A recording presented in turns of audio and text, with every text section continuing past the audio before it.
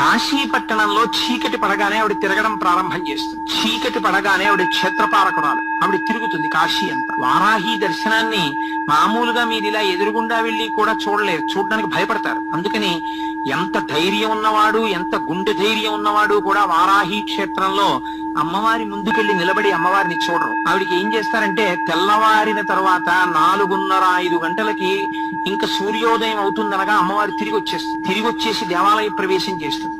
అర్చకులు కూడా ఒక్క 10 నిమిషాలు 20 నిమిషాలు లోపలుండి గబగబా అమ్మవారికి పూజ చేసేసి తలుపులు వేసేస్తారు. ఆవిడ పగటి పూట పడుకుని నిద్రపోతుంది. కాబట్టి మీరు సూర్యోదయం అయిపోయే లోపల వారాహి దర్శనం చేసేయాలి. వారాహి దేవాలయం పైకి వెడితే స్లాబ్ కి కన్నాలుంటాయి, ఒక 4-5 కన్నాలు. అక్కడ నిలబడి మీరు ఆ కన్నాల్లోంచి చూస్తే వారాహి రూపం కనపడుతుంది. అసలు ఆ కన్నంలోంచి అమ్మవారిని చూస్తేనే అమ్మ బాబోయ్ అని ఒళ్ళు పులకరించాలని నిలబడిపోతారు. అలా ఉంటుంది ఆవిడ తేజస్సు.